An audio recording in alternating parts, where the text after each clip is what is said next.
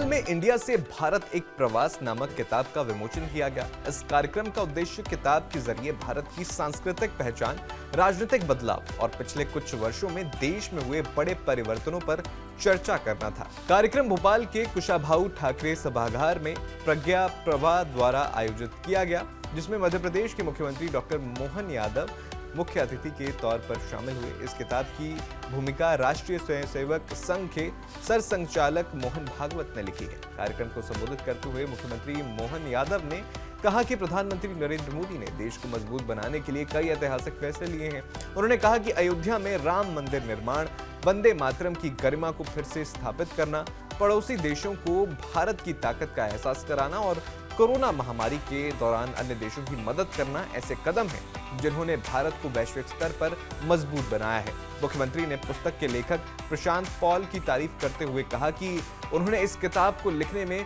काफी मेहनत की है। इंडिया से भारत एक प्रवास इस पुस्तिका के विमोचन के अवसर पर मंच पर विराजमान पत्रकारिता के सशक्त हस्ताक्षर, देश के दुनिया के अंदर जिनका बड़ा नाम है, TV9 भारतवर्ष के निदेशक माननीय हेमंत शर्मा जी का मैं मध्य प्रदेश सरकार की ओर से स्वागत करता हूं, अभिनंदन करता हूं।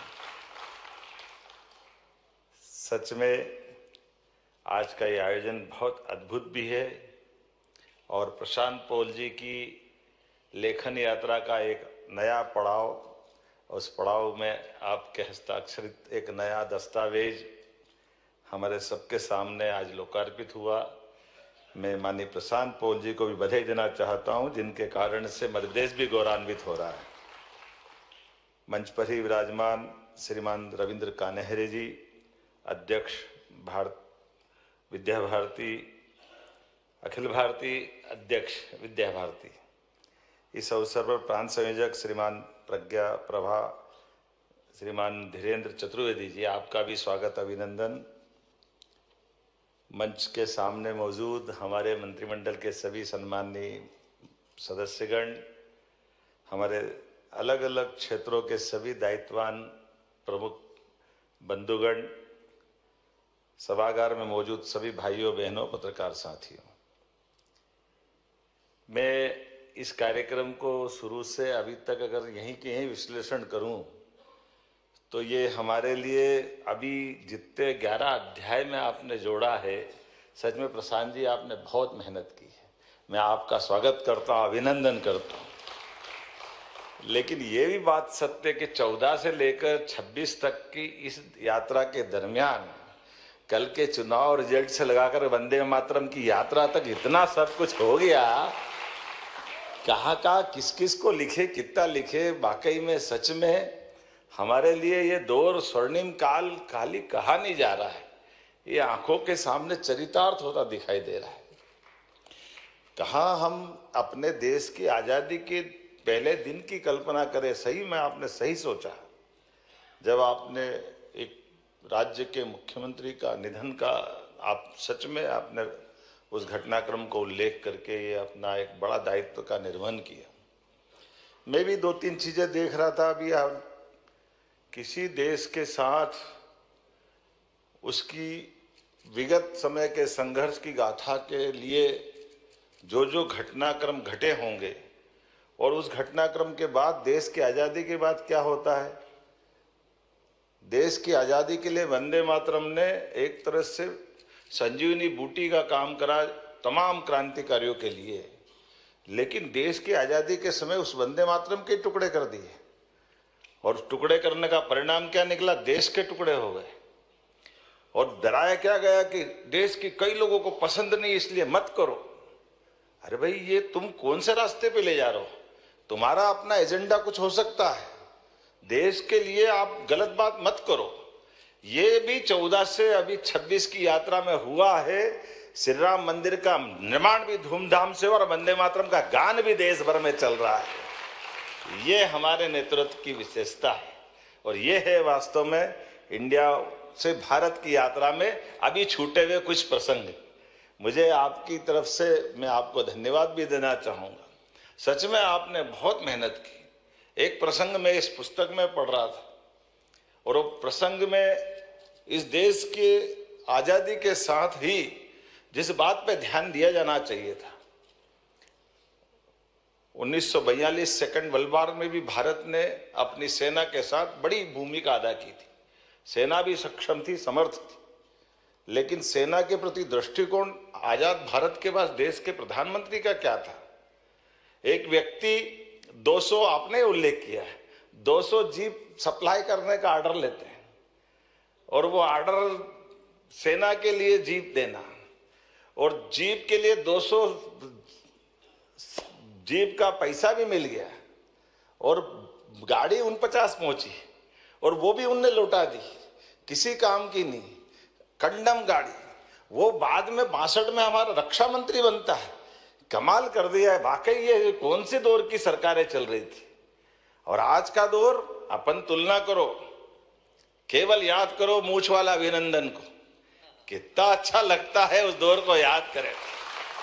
वो अभिनंदन जिसके यही 14 से 26 के दौर में हमने सबने देखा है, हमारे सोए सैनिकों के ऊपर जो आक्रमण करके गए थे, उन आक्रमणकर्ताओं के घर में घुस करके हमारी सेना अगर मारने गई तो हमने बहुत, आपने सही कहा कि इतनी गहरी नींद में थे कि पहले तो समझ में ही नहीं आया, समझने में टाइम लग गया। कार्यक्रम की अध्यक्षता कर रहे टीवी 9 भारतवर्ष के निदेशक हेमंत शर्मा की पत्रकारिता में योगदान को भी सराहा गया। यश भारती पुरस्कार और गणेश शंकर विद्यार्थी पुरस्कार से सम्मानित और राम फिर लौटे अयोध्या के चश्मदीद जैसी किताबों के लेखक हेमंत शर्मा ने कहा कि मुख्यमंत्री डॉक्टर यादव जैसे योग्य नेताओं के कारण इंडिया को भारत बनाया जा सकता है। भारतीयता और अपनी सांस्कृतिक परंपरा के प्रति सचेत मध्य प्रदेश के यशस्वी मुख्यमंत्री डॉक्टर मोहन यादव जी आज के कार्यक्रम के उत्सव मूर्ति और इस लोकार्पित पुस्तक के लेखक भाई प्रशांत पोल जी,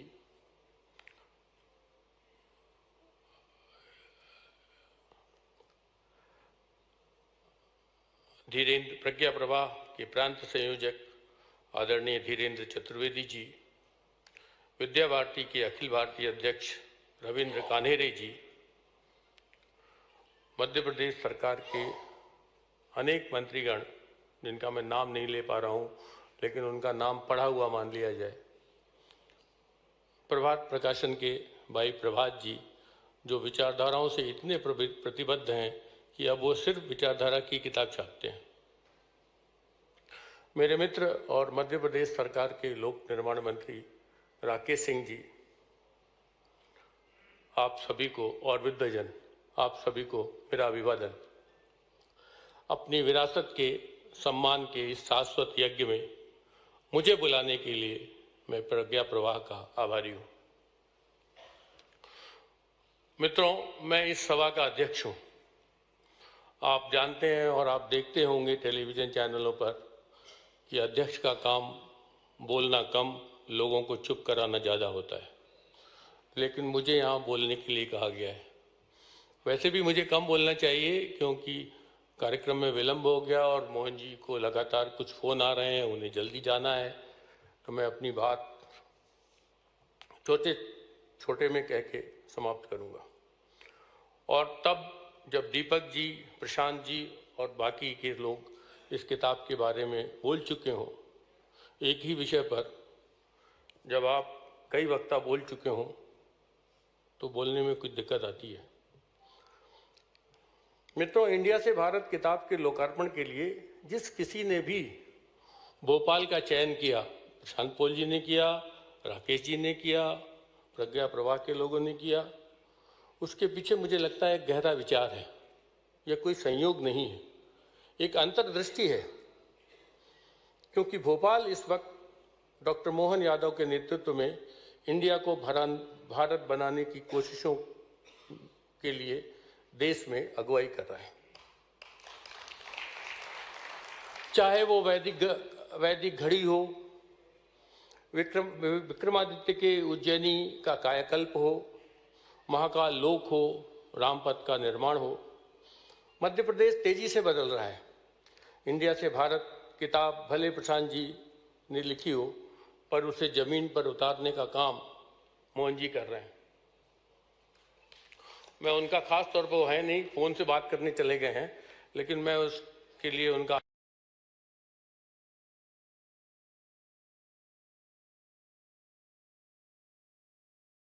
आप सब लोग ये जानते हैं कि कुछ वर्ष पूर्व तक अगर आप भारत की बात करते तो आपको दकियानूस, पोंगापंथी, ऑर्थोडॉक्स कहा जाता था।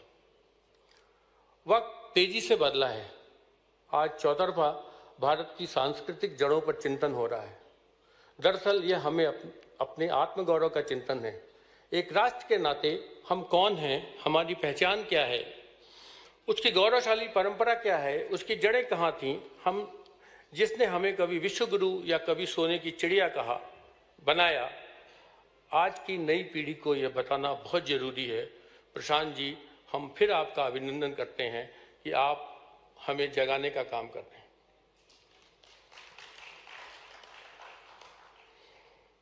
आपकी किताब पढ़ने के बाद मैं इस निष्कर्ष पर पहुंचा हूं कि महात्मा गांधी ने ये नारा दिया था, अंग्रेजों भारत छोड़ो, अब हमें नारा देना होगा, इंडिया भारत छोड़ो। प्रशांत जी की ये किताब इसी विचार का विस्तार है। ये संयोग है कि मैं प्रशांत जी से पहले कभी मिला नहीं, आज पहली बार मुलाकात हुई। आज जितनी देर मैंने उनसे बात की तो मैं बहुत प्रभावित हुआ। अमूमन मैं लोगों से प्रभावित कम होता हूं। प्रशांत जी ज्ञान का खजाना है। बाद में मुझे पता चला कि यह उनकी एक पुस्तक है, ज्ञान का खजाना, भारतीय ज्ञान का खजाना। मित्रों, इंटरनेट और टीवी के दौर में प्रशांत जी ने ये किताब लिखी है। लोग इस किताब से जागरण होगा, नई पीढ़ी को पता चलेगा। मोहन जी, मैंने आपके बारे में बहुत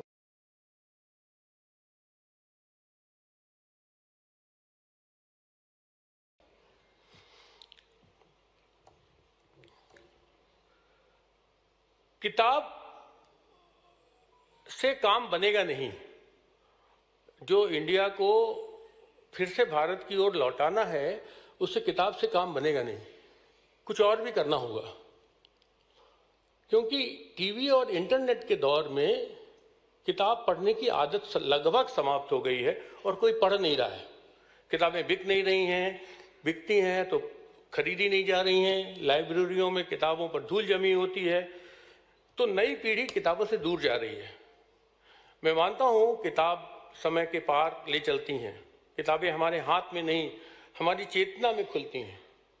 वे हमें जवाब सिर्फ नहीं देती, वे सवाल करने योग्य बनाती हैं। वे हमारे भीतर सोए हुए विचारों को जगाती हैं, हमारे अनुभवों को टटोलती हैं, हमारे विश्वास को परखती हैं और हमारे मौन से संवाद करती हैं। किताबें हमारी बौद्धिक जड़ता से बाहर निकालती हैं, वो इंडिया वाली जड़ता जिससे प्रशांत जी निकालने की कोशिश कर रहे हैं। 19वीं सदी का एक महान साहित्यकार और दार्शनिक था फ्रांज काफ्का। चेक थे, प्राग में रहते थे। अब उनका घर म्यूजियम है, मैं उनके घर गया था। काफ्का ने एक बात बहुत पते की कही। उनका कहना था कि हम जो किताब पढ़ते हैं वो अगर हमारे सिर पर हथौड़े की तरह चोट कर हमें नहीं झकझोरती तो हमें सोचना चाहिए हम उसे क्यों पढ़ रहे हैं। किताब हमारे मस्तिष्क के भीतर जमी हुई बर्फ को काटने वाली कुल्हाड़ी की तरह होनी चाहिए। मैं मानता हूं यही किताब की साधना है, यही उसका धर्म है। प्रशांत जी की यह किताब इंडिया से भारत की हमारी संवेदनाओं को झकझोरते हुए नई पीढ़ी को इंडिया की बौद्धिक जड़ता से मुक्त करेगी।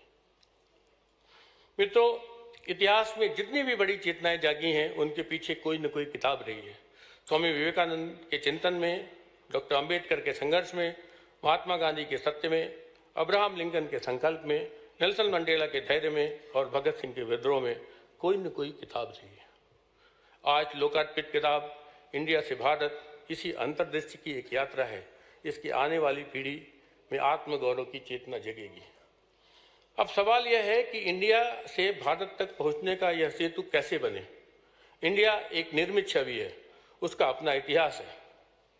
अभी बताया गया कि इस आत्मगौरव के इतिहास को प्रशांत जी ने बताया, हमें पढ़ाया नहीं गया। उस इतिहास को गलत ढंग से पेश किया गया। 1835 में एक थॉमस बेबिंगटन नाम के सज्जन थे, जिन्हें दुनिया लॉर्ड मैकाले के नाम से जानती है। उसने जब हमारी शिक्षा की धारा को मोड़ा, तब एक साजिशन बीज रोपा गया, जिसका मकसद था भारत के उच्च और मध्यम वर्ग के एक छोटे से हिस्से को शिक्षित किया जाए, जिससे एक ऐसी नस्ल तैयार हो जो रंग और खून में तो भारतीय हो, लेकिन विचारों और नैतिकता में अंग्रेज हो। यहीं से एक ऐसा इंडिया आकार लेने लगा जो हमारी जड़ों से दूर होता गया, लेकिन भारत ने कभी उस दूरी को स्वीकार नहीं किया। भारत कोई बनावटी अवधारणा नहीं है, वह एक जीवित परंपरा है। वह स्मृति, संस्कृति और संवेदना का सतत प्रवाह है। इंडिया बाहर की दुनिया में अपनी पहचान खोजता है, भारत अपने भीतर उसे पा लेता है। इंडिया बाहर की ओर देखता है, भारत भीतर की ओर लौटता है। इंडिया उपलब्धियों में गिनता है, भारत अनुभवों को जीता है। इंडिया हमें एक दायरे में कैद करता है, पर भारत किसी सीमा में बंधा नहीं है। भारत हमारे स्वभाव में निहित लोकतंत्र है, वह हमारे व्यवहार में जीवित सर्वधर्म संभाव है।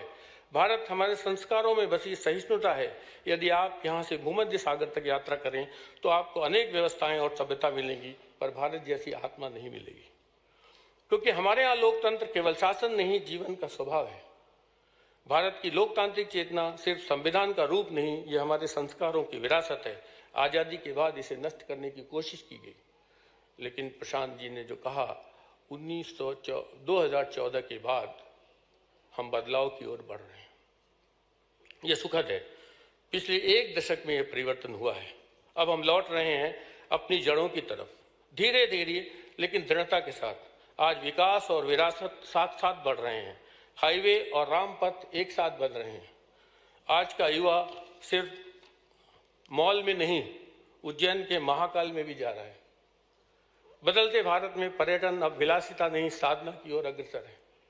काशी, मथुरा और उज्जैन यह भारत के प्रतीक हैं।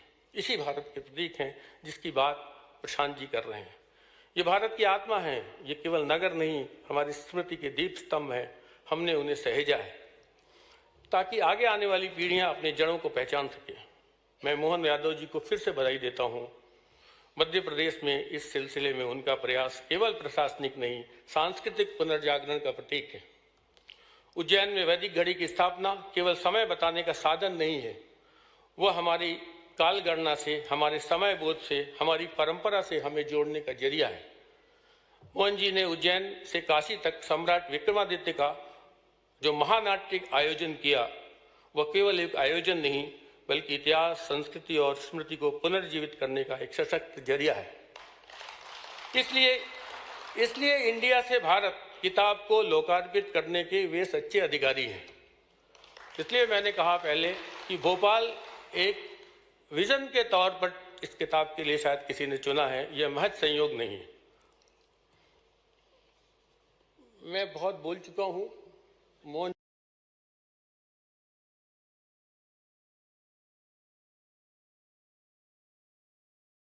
ये हमें थोड़ा इतिहास पर भी ध्यान देना पड़ेगा प्रशांत जी। संगतियां हैं, जो द्वंद्व हैं, उसको तो देखना ही होगा, लेकिन हमें जो इतिहास पढ़ाया गया वो गर्व और आत्मगौरव का इतिहास नहीं था। उसमें एक पार्टी के स्वतंत्रता संग्राम को ही हमारे संघर्ष का इतिहास मान लिया गया, जबकि स्वतंत्रता संग्राम के नायक असंख्य हैं। इन नायकों के साथ हम न्याय नहीं कर सकते, इसका हमें अफसोस होना चाहिए। हम लगातार भारत को खोते गए और इंडिया के होते गए। एक ऐसे ढर्रे पर देश खड़ा हो गया जहां समाज अपने इतिहास को नहीं जानता था, अपनी ताकत को नहीं पहचानता था। ऐसी स्थिति हो गई कि हम अपने ही अतीत पर संदेह करने लगे। आज लोकार्पित किताब के 11 अध्यायों में प्रशांत जी ने कई राजनीतिक, वैचारिक, सामरिक और सामाजिक घटनाओं, परिस्थितियों का जिक्र किया है। इससे दबी हुई इतिहास की परतें खुलती हैं। इतिहास लेखन में सच कभी भी एक या उतना भर नहीं रखता जितना हमें दिखता है। उसमें हमेशा कुछ जोड़ने और नए सिरे से देखने की गुंजाइश रहती है। प्रशांत जी ने सफलतापूर्वक उसे परत दर परत खोलने का काम किया है। मैं समझता हूँ इस दृष्टि से किताब एक महत्वपूर्ण और जरूरी प्रयास है, जिसका महत्व आगे आने वाले वर्षों में और गहरा होगा। ये किताब एक कोशिश है इंडिया बना दिए गए देश को भारत की याद दिलाने की, लेकिन यह काम केवल एक प्रयास से पूरा नहीं होगा। हम सबको इस दिशा में अपने स्तर पर प्रयास करने होंगे कि कैसे हम इंडिया और भारत के विरोधाभासों को हल करें, कैसे भारत फिर से उठे, दुनिया में याद दिलाया जाए, लोगों को प्रेरणा दे और गर्व, अभिमान, स्वाभिमान के साथ विश्व का फिर से नेतृत्व करे। आखिर में एक बात कहूंगा,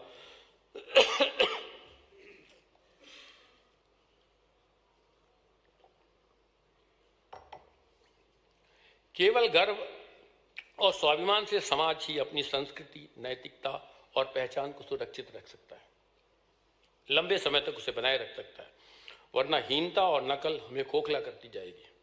मुझे यकीन है कि इस बहस और जरूरत को स्थापित करने में इस पुस्तक की अहम भूमिका होगी। एक बार फिर किताब के लिए प्रशांत पोल जी को बहुत बहुत बधाई, आभार, और मध्य प्रदेश को के जरिए भारत को, इंडिया को भारत की ओर लौटाने के लिए डॉक्टर मोहन यादव जी का अभिनंदन। नमस्कार। कार्यक्रम में किताब के लेखक प्रशांत पॉल ने कहा कि उन्होंने 11 अध्याय में पुस्तक लेखन करते हुए ये बताने की कोशिश की है कि भारत दीनहीन और लाचार नहीं था। इस कार्यक्रम में राज्य सरकार के कई मंत्री, सामाजिक संगठनों के प्रतिनिधि और बड़ी संख्या में लोग मौजूद रहे। कार्यक्रम में दीपक शर्मा ने भी किताब के केंद्रीय भाव पर अपने विचार व्यक्त किए। प्रज्ञा प्रवाह के धीरेन्द्र चतुर्वेदी, विद्या भारती के राष्ट्रीय अध्यक्ष रविंद्र कान्हेरे और प्रभात प्रकाशन के राकेश सिंह कार्यक्रम में उपस्थित रहे। ये जानकारी आपके लिए हमारे सहयोगी कन्हैया ने बताई थी। आपका क्या विचार है, कमेंट बॉक्स में जरूर